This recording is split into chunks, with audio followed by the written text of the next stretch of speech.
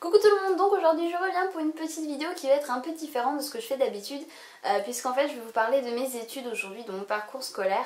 Voilà, c'est une vidéo que j'ai recommencé, je vous explique même pas le nombre de fois où j'ai recommencé. J'en ai presque mal à la gorge tellement j'ai parlé et j'arrive jamais à un résultat entre guillemets qui me satisfait, j'arrive jamais vraiment à faire la vidéo que je veux. Donc je vais encore essayer cette fois-ci et je vais essayer de faire ça au mieux possible. Mais donc voilà, on m'a posé énormément de questions en fait sur mes études, sur ce que je faisais exactement, à quoi ça correspond à l'LCE, les cours que j'ai et tout ça.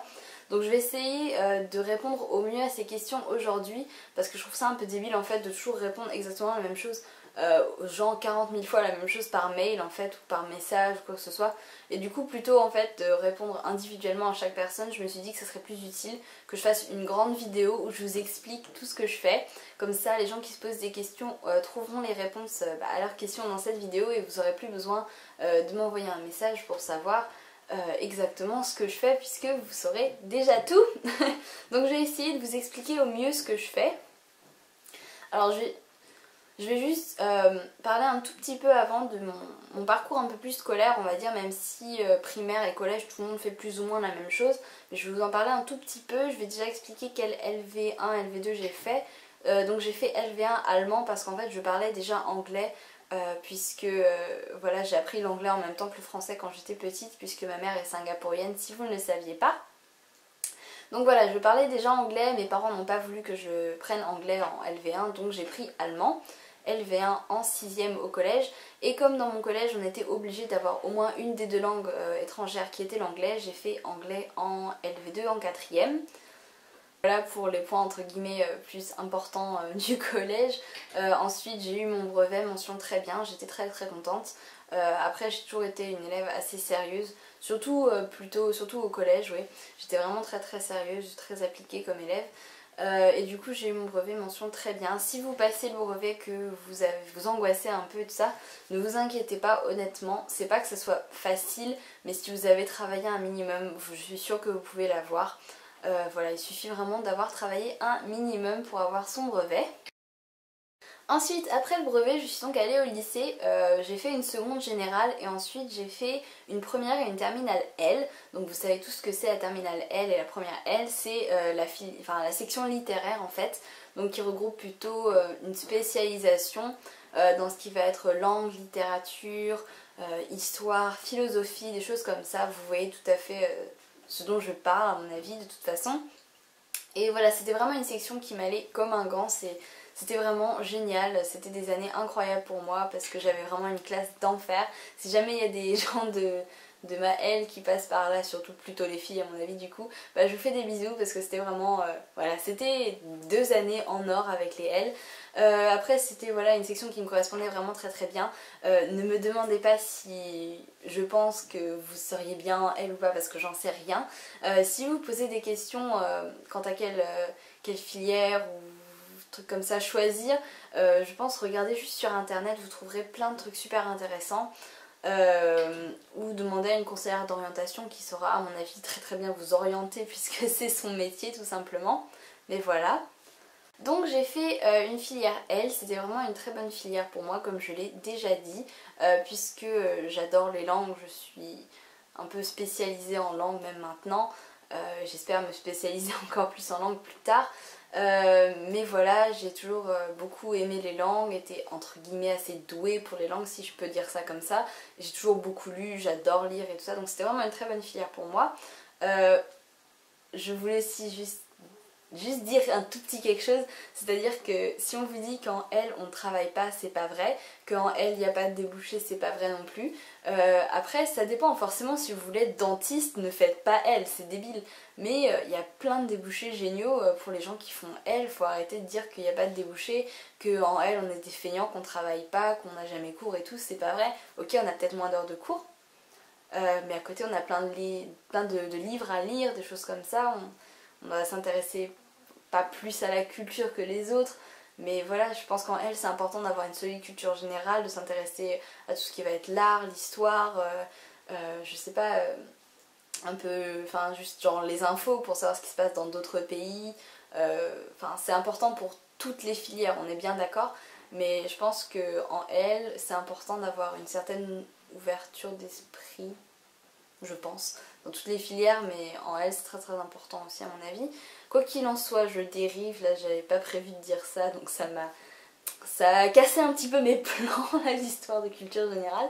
Quoi qu'il en soit, voilà, ensuite à la fin du lycée du coup il y a eu le bac. Que j'ai eu avec mention bien, donc j'étais très contente parce que j'aurais vraiment été très énervée contre moi-même si j'avais pas eu de mention. Étant quelqu'un d'assez perfectionniste, je suis assez, disons, dure avec moi-même, enfin j'aime pas rater les choses entre guillemets on va dire. Donc voilà, j'étais très contente d'avoir une mention bien à mon bac. Si vous passez le bac et que vous angoissez un peu, honnêtement si vous avez travaillé, c'est comme pour le brevet, je pense que si vous avez travaillé vous y arriverez. Alors forcément il y a des matières où il y a des surprises, par exemple j'étais franchement plutôt bonne en littérature et j'ai eu 7, et j'étais carrément nulle en histoire géo, même si j'aimais bien ça mais j'étais franchement pas très douée, et j'ai eu 15 au bac, donc voilà, il y a toujours un peu des surprises, des surprises du bac, on va appeler ça comme ça. Mais je pense honnêtement que si vous avez travaillé un minimum, le bac vous l'aurez. Si vous le voulez vraiment, si vous travaillez pour l'avoir, il n'y a aucun souci, vous l'aurez si vous avez vraiment travaillé comme il faut. Donc voilà, juste pour vous rassurer si jamais vous aviez peur par rapport au bac. Si vous avez bien travaillé toute l'année et tout, il n'y a aucun souci. Vous avez encore un petit peu de temps puisque voilà, il reste bien 6 mois avant le bac. Donc voilà, si vous sentez que vous êtes à la limite là, bah, commencez à travailler, vous allez voir, ça payera toujours. Ensuite, après le bac, du coup je suis allée à la fac, donc j'ai décidé d'aller à l'université d'Angers puisque c'est juste à côté de chez moi en fait. Et c'est une université que je trouve vraiment très sympa. Donc si vous habitez dans le coin, bah moi c'est une université que je vous conseille puisque j'y suis et je l'aime beaucoup. Alors j'ai décidé de faire des études de langue puisque c'est vraiment quelque chose que j'aime beaucoup. Et du coup j'ai décidé de faire LLCE allemand puisque l'allemand est une langue que j'aime vraiment beaucoup. À la base je voulais faire anglais aussi en fait. Mais en arrivant à la fac on m'a dit c'est très difficile, vous y arriverez sûrement pas, le faites pas. L'administration m'a dit ça, les secrétariats et tout, les profs m'ont dit que je pouvais le faire, mais du coup comme je venais tout juste d'arriver, j'étais un peu impressionnée par la fac, la grande université, tout ça, j'étais là alors... Et du coup je me suis laissée impressionner, je l'ai pas fait. Parce que ça m'a un peu découragée en fait d'entendre dire que ça allait être super dur et tout ça, du coup je l'ai pas fait, j'aurais dû. Puisque arrivé la fin de l'année, la fin de ma première année de LLCE allemand du coup, LLCE allemand j'ai pas dit en fait, je suis trop bête, c'est littérature, langue et civilisation étrangère, donc c'est des études de langue et de littérature et tout ça.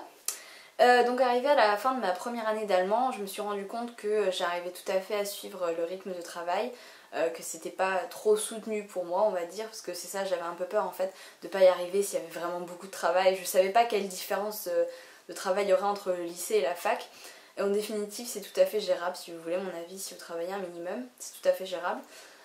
Donc voilà, arrivé à la fin de la première année je l'ai eu avec 15 de moyenne, donc je me suis dit bah c'est trop bête, l'année prochaine je fais une nouvelle licence. Donc voilà, en septembre je me suis décidée, j'ai commencé ma deuxième année d'allemand et ma première année d'anglais. Même topo au secrétariat, aux administrations, on m'a dit vous allez voir, vous allez échouer, vous allez jamais y arriver, c'est pas possible, c'est super dur, tous ceux qui font une double licence ils échouent, ce qui est pas vrai du tout parce que je connais des gens qui ont fait une double licence et qui l'ont tout à fait eu dans la même université que moi, c'est-à-dire que on nous a menti concrètement, parce qu'on nous a vraiment dit que personne n'arrivait à finir l'année en fait en double licence, ce qui est faux, puisque je connais des gens qui l'ont fait avant moi, donc voilà, hein, mythomane, secrétariat c'est pas grave. Voilà. Quoi qu'il en soit, du coup j'ai commencé ma première année d'anglais en même temps que ma deuxième année d'allemand. Du coup je suis en décalé et cette année je suis en troisième année d'allemand en Erasmus et en deuxième année d'anglais en Erasmus aussi du coup, puisque j'ai pas voulu perdre une année et j'ai décidé de continuer ma licence d'anglais même en Allemagne, puisqu'il y a des très bons cours d'anglais en Allemagne aussi. Donc voilà, j'ai décidé de pas m'arrêter et de poursuivre, et l'année prochaine normalement quand je rentre en France, du coup l'été prochain, j'aurai normalement en poche ma licence d'allemand et je rentrerai normalement, si tout va bien, en troisième année d'anglais, du coup à l'université d'Angers toujours, pour avoir à la fin de l'année d'après ma licence d'anglais. J'aurais fait en fait normalement 2 licences en 4 ans, ce qui est je trouve assez cool. Ça condense, c'est un peu dur comme rythme parce qu'on n'a pas beaucoup plus d'heures de cours pratique, c'est pas en double mais presque, mais je pense que ça vaut le coup honnêtement. Si on a envie de travailler, ça vaut largement le coup. Maintenant je vais un petit peu vous parler des cours qu'on a en LLCE puisque je pense que ça en intéresse pas mal d'entre vous, je pense que c'est surtout ça que vous vouliez savoir. Par contre, je vous conseille, si vous ne songez pas à aller à l'université d'Angers, de regarder le descriptif sur internet, sur le site de la fac où vous voulez aller, puisque ça va peut-être un petit peu différer. Je pense que les programmes sont de façon générale assez similaires, mais ça peut être un petit peu différent, donc attention, enfin vérifiez quand même avant de choisir, parce que tout ce que je dis ne sera pas vrai forcément pour l'université où vous voulez aller. Donc voilà. Ensuite pour les cours du coup c'est plus ou moins les mêmes matières pour ce qui est LLCE allemand, LLCE anglais et LLCE espagnol, sauf que ça change forcément en fonction de la langue que vous étudiez. Genre par exemple si vous faites allemand ça sera plus basé sur la littérature et l'histoire allemande forcément, anglais ça sera plus les États-Unis et l'Angleterre et tout ça, espagnol pareil, vous avez compris, Espagne, peut-être Amérique du Sud, j'en sais rien. Quoi qu'il en soit, il y a je dirais 3 blocs. Le premier bloc ça va être la langue, deuxième bloc je dirais que c'est tout ce qui est civilisation et culture étrangère, et ensuite troisième bloc c'est tout ce qui va être option, et ça c'est propre à... Enfin c'est pareil pour toutes les licences en fait je dirais, je crois hein. Je suis pas non plus le ministre de l'éducation nationale, donc voilà, je dis juste ce que je sais moi ou ce que je pense savoir on va dire. Mais voilà, donc dans le bloc des options, vous trouvez des choses comme une LV2, des options pré-professionnalisantes, des options où vous en apprenez un peu plus sur différents métiers, des options de culture générale pour vous ouvrir à des choses que vous n'étudieriez pas en fait dans votre licence, dans les matières que vous faites, qui sont propres à la licence que vous faites en fait, genre tout ce qui va être littérature et tout ça, c'est votre licence à vous, et il y a souvent des UEL ou des choses comme ça, enfin c'est des options de culture générale. Par exemple moi j'avais fait le cinéma allemand, donc en fait j'avais un peu triché parce que ça avait un peu un rapport avec l'Allemagne, mais voilà, découverte de la psychologie, des choses comme ça, voilà, des choses que j'étudierais pas en fait si je faisais que de l'allemand. Donc voilà, des options comme ça, et aussi de l'informatique, tout, je sais plus si j'ai déjà dit. Bref, ça c'est les options, on s'en fiche un petit peu parce que de toute façon, voilà, c'est des options. Même si elles prennent beaucoup de place dans l'emploi du temps et tout ça, mais bref. Alors dans les blocs des matières vraiment spécifiques aux licences LLCE, vous trouverez par exemple, je vais commencer plutôt par les langues, peut-être il y a des choses genre la grammaire, traduction dans les deux sens, thème version, de la linguistique, de la phonétique, genre de la compréhension orale et écrite, de la communication pour parler un peu.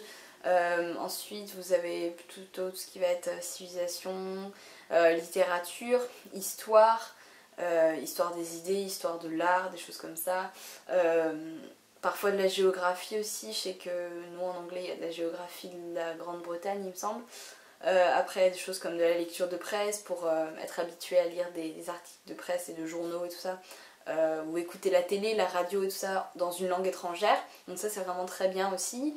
Voilà, c'est plein de cours comme ça que vous avez qui sont vraiment tous très intéressants selon moi. Bon, il y en a d'autres il y en a certains que je préfère par rapport à d'autres, mais je pense qu'il n'y a aucun cours qui est inintéressant. Je pense que c'est une licence qui me convient vraiment parfaitement, c'est vraiment, je sais pas, c'est quelque chose qui me va très bien je pense, donc je suis vraiment contente d'avoir fait ce choix là. Après si vous n'aimez pas forcément tout ce qui est littérature et vraiment la langue pure et dure, on va dire ce qui est plus linguistique, mais que vous aimez quand même les langues, vous pouvez faire quelque chose qui s'appelle LEA, donc c'est langue étrangère appliquée, qui va plutôt être langue et un peu plus économique je dirais peut-être. Alors moi c'est quelque chose qui me plaît absolument pas, c'est quelque chose que j'avais été à une réunion à propos de la LEA et tout, ça m'avait pas du tout plu parce que moi tout ce qui est économie ça me branche pas plus que ça, je suis beaucoup plus livre et tout.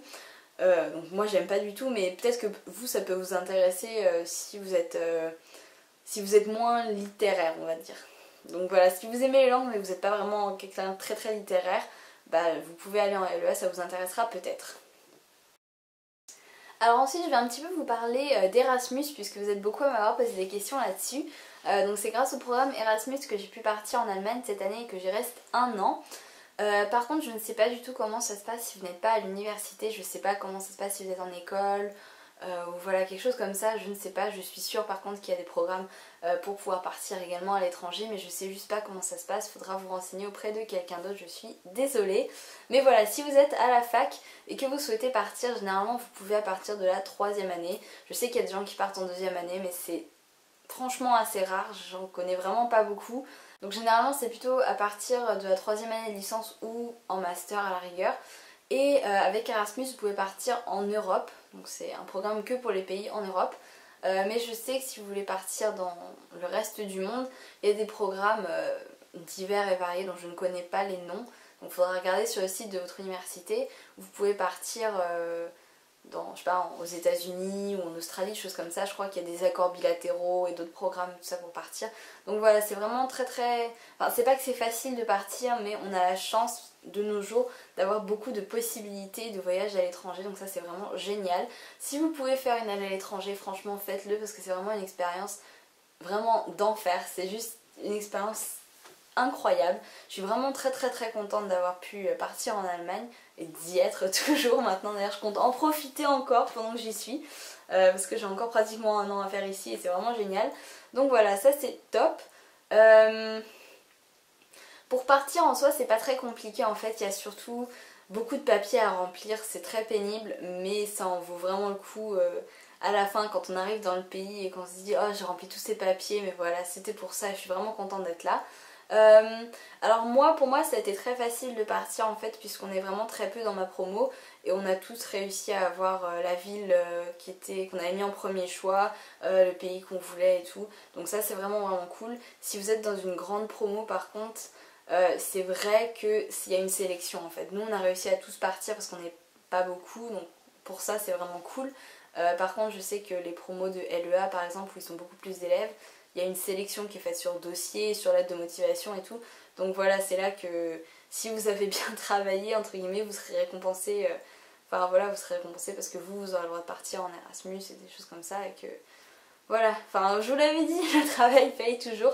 Donc c'est pas compliqué en soi de partir en Erasmus. Faut choisir, je sais plus, peut-être genre 5 villes, vous faites un top 5 quoi, des villes où vous souhaiteriez partir. Après, le prof responsable d'Erasmus dans votre filière validera ou pas votre candidature et il vous mettra dans une ville en fait selon les disponibilités et sûrement sur dossier, lettre de motivation aussi. Et voilà, enfin c'est pas extrêmement compliqué, ça prend un petit peu de temps, c'est de la paperasse, mais bon ça vaut vraiment vraiment le coup. Donc si vous pouvez partir en Erasmus, franchement faites-le. Après voilà, tout ça pour dire que vous avez plein de moyens de partir à l'étranger. Donc si vous voulez vraiment partir, ne vous inquiétez pas, je suis sûre que vous y arriverez. Et si vous n'arrivez pas à partir avec vos études, vous pouvez peut-être partir après. Si vous êtes vraiment dans les langues, vous pouvez partir en étant assistant dans un pays par exemple où ils vont apprendre le français. Par exemple vous pouvez être assistante en Angleterre, ou en Espagne, en Allemagne, où vous voulez en fait. Donc ça c'est cool aussi. Mais je n'y connais absolument rien donc je vais pas vous en parler puisque j'y connais absolument rien là-dessus. Donc voilà. Si vous avez d'autres questions à me poser, enfin des choses par exemple dont j'aurais pas parlé ou que vous n'auriez pas compris, voilà, n'hésitez pas à me les poser en commentaire. C'est vrai que j'ai peut-être oublié certaines choses dans cette longue vidéo, mais bon voilà, n'hésitez pas à me les poser en commentaire, j'essaierai d'y répondre. Aussi j'essaierai de faire une vidéo à la fin de l'année, donc à la fin de l'été prochain, pour vous faire un petit bilan sur mon année Erasmus, ce que j'en ai pensé, les points positifs, les points négatifs et tout. Voilà ce que j'en ai tiré. Donc j'essaierai de faire une vidéo un peu bilan là-dessus parce que je pense que ça peut en intéresser pas mal. Voilà, d'avoir mon avis sur l'expérience Erasmus et l'expérience de partir un an à l'étranger. Et j'espère vraiment que cette vidéo vous a plu. Vous vous rendez pas compte le mal que j'ai eu à l'enregistrer. Je suis très contente d'avoir enfin fini parce que je vous jure j'ai recommencé au moins 15 fois. Et une vidéo de 15-20 minutes recommencer 15 fois, ça fait vraiment... Ça fait mal à la gorge, mais bon, je tenais vraiment à faire cette vidéo parce que vous avez l'air d'être beaucoup à vous y intéresser à mes études ou enfin voilà, à vous poser des questions sur ce que vous pouvez faire plus tard. Donc j'espère vraiment que je vous aurais pu vous aider ou éclairer un petit peu votre lanterne ou apporter quelques réponses à des questions que vous vous posiez. En tout cas, voilà, n'hésitez pas si vous en avez encore, j'essaierai vraiment d'y répondre. Mais voilà, merci beaucoup d'avoir regardé cette vidéo. Si vous avez aimé, mettez un petit pouce vert qui dit j'aime. N'hésitez pas à vous abonner aussi, c'est totalement gratuit, ça me fera juste super plaisir. Et voilà, je vous dis à très bientôt pour de nouvelles vidéos. Ciao!